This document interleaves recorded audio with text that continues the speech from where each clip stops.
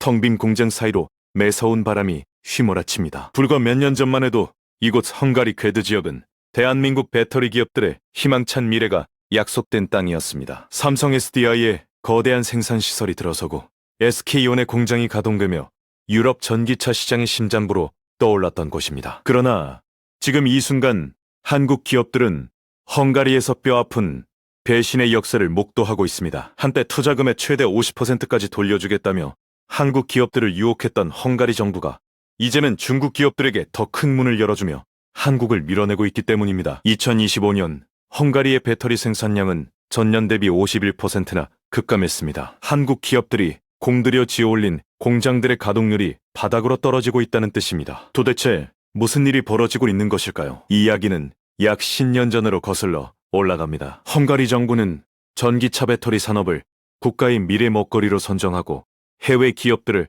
적극적으로 유치하기 시작했습니다. 당시 헝가리가 제시한 조건은 파격적이었습니다. 유럽에서 가장 낮은 수준인 9%의 법인세를 적용하고 외국 기업의 배당금과 이자에는 세금을 전혀 물리지 않겠다고 약속했습니다. 심지어 투자 금액의 최대 50%까지 보조금과 세금 혜택으로 돌려주겠다는 조건까지 내걸었습니다. 삼성 SDI는 이 조건에 매력을 느껴 궤도 지역에 4조 원이 넘는 자금을 투자하며 연간 40기가와트시 규모의 생산 능력을 갖추었습니다. SK온 역시 코마론과 이반차에 3조 3,100억 원을 투입하여 47.5기가와트시 규모의 공장을 건설했습니다. 헝가리 정부는 공식적으로 삼성 SDI에 5,900억 원 상당의 보조금 지급을 확정하며 한국 기업들을 환대했습니다. 언론에는 한국과 헝가리의 배터리 동맹이라는 화려한 제목이 실렸고 양국의 협력은 윈윈의 모델처럼 포장되었습니다. 그러나 화려한 축제의 이면에는 차갑게 식어가는 현실이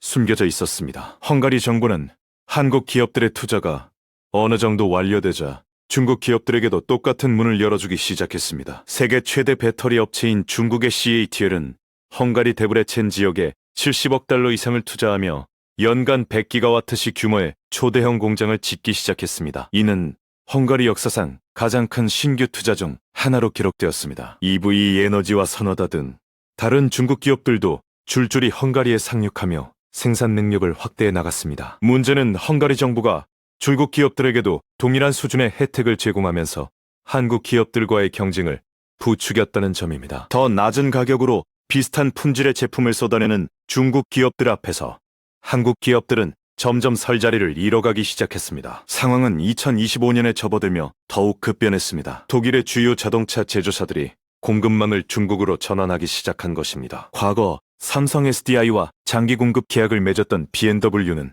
2023년부터 CATL의 기술력과 투자 규모를 우선시하는 쪽으로 전략을 바꾸었습니다. BMW가 건설 중인 데브레첸 공장은 공교롭게도 CATL 공장 바로 옆에 위치해 있습니다. 메르세데스 벤츠 역시 이미 CATL과 새로운 계약을 체결했습니다. 삼성 SDI가 야심차게 추진하던 헝가리 세 번째 공장 계획은 시장 상황 변화를 이유로 무기한 보류되었습니다. 중국 제조업체들이 주문을 확보하고 생산 능력을 확장하는 동안 한국 공장들은 가동률 하락과 매출 감소라는 역설적인 상황에 직면하게 된 것입니다. 설상가상으로 헝가리 정부의 태도까지 돌변했습니다. 2024년 9월부터 헝가리는 모든 배터리 생산 시설에 대해 환경 사용 허가 없이는 소량 생산조차 금지하는 새로운 규정을 시행했습니다. 2025년 10월 헝가리 법원은 삼성 SDI 궤도 공장의 환경 허가를 전면 취소하고 즉각적인 가동 중단을 명령했습니다. 현지 시민단체가 제기한 소송에서 법원은 삼성 SDI가 제출한 환경 영향평가 보고서에 핵심 배출 항목이 누락되었고 오염 영향이 과소 산정되었다고 판단했습니다. 투자를 유치할 때는 세금도 안 받겠다, 규제도 최소화하겠다며 손짓하던 헝가리 정부가 공장이 다 지어지고 나니 갑자기 환경 규제의 칼날을 들이밀었다는 비판이 쏟아졌습니다. 헝가리의 배신은 비단 한국 기업들에게만 향한 것이 아닙니다. 이 나라는 유럽연합 전체와도 심각한 갈등을 빚으며 고립의 길을 걷고 있습니다. 빅토르 오르반 총리는 2022년 러시아의 우크라이나 침공 이후에도 벨라디미르 푸틴 러시아 대통령과의 우호 관계를 유지하며 서방 국가들과 대립해왔습니다. 오르반 총리는 대러시아 제재와 우크라이나 군사 지원에 제동을 걸어왔고 유럽연합과 북대서양조약기구 동맹국들을 당혹스럽게 만들었습니다. 그 대가는 혹독했습니다. 유럽연합은 헝가리가 법치주의와 민주주의의 기준을 충족하지 못한다는 이유로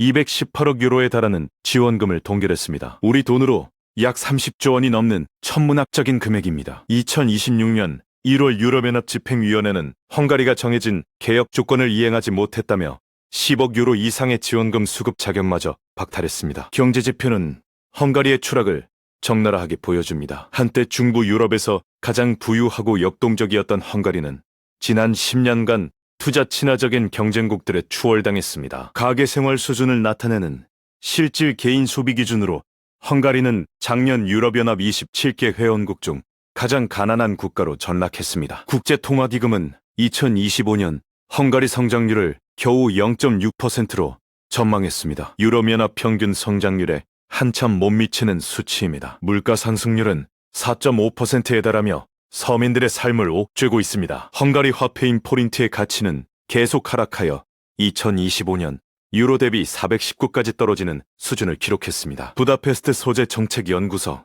디렉터 안드라스 피로나지는 언론 인터뷰에서 이렇게 말했습니다. 오르반 총리에게 가장 큰 문제는 지난 5년간 헝가리 경제가 정체 또는 후퇴해왔다는 점입니다. 헝가리 국민 대다수는 이제 오르반의 통치가 나라 발전의 장애물이라고 믿습니다. 실제로 헝가리에서는 정치적 변화의 기운이 감지되고 있습니다. 친유럽 중도 성향의 야당 티서당이 여론조사에서 급부상하며 2026년 4월 총선에서 집권당을 위협하고 있습니다. 공장 근로자이자 두 아이의 엄마인 한 주민은 현지 언론에 이렇게 토로했습니다. 우리는 오르반에게 15년 동안 기회를 줬지만 이제 월급으로는 물가를 감당할 수 없습니다. 헝가리의 사례는 우리에게 뼈아픈 교훈을 던집니다. 단기적인 이익에 눈이 멀어 장기적인 신뢰를 저버리면 결국 모든 것을 잃게 된다는 사실입니다. 헝가리는 한국 기업들의 투자로 배터리 산업을 키웠지만 더 큰 자본을 가진 중국 기업들 앞에서 기존 파트너를 쉽게 버렸습니다. 러시아와의 밀착 외교로 유럽연합을 자극했고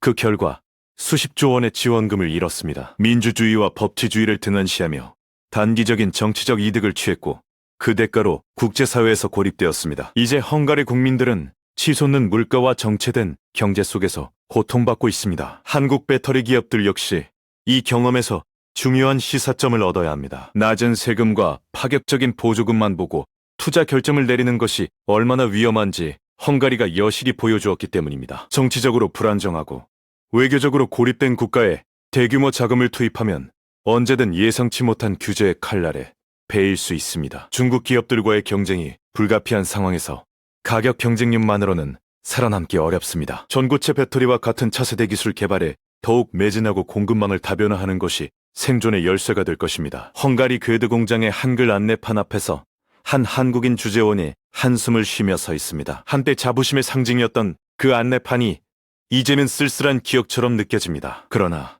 역사는 언제나 새로운 기회를 품고 있습니다. 위기 속에서 더 강해지는 것이 한국 기업들의 저력이었습니다. 헝가리에서의 뼈아픈 경험이 오히려 더 단단한 미래를 준비하는 밑거름이 되기를 바랍니다. 여러분은 이 상황을 어떻게 보시나요? 한국 배터리 기업들이 중국의 공세 속에서 살아남을 수 있을지, 그리고 헝가리의 미래는 어떻게 될지 여러분의 생각을 댓글로 남겨주시기 바랍니다.